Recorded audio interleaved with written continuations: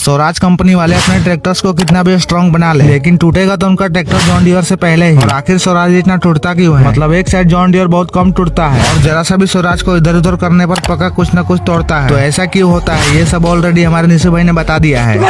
ऐसा नहीं हो सकता। तो लोग खुद सुन लो। भाई कुल मिलाकर बात ऐसी है, हर एक ट्रैक्टर का हर एक पार्ट टूटता है।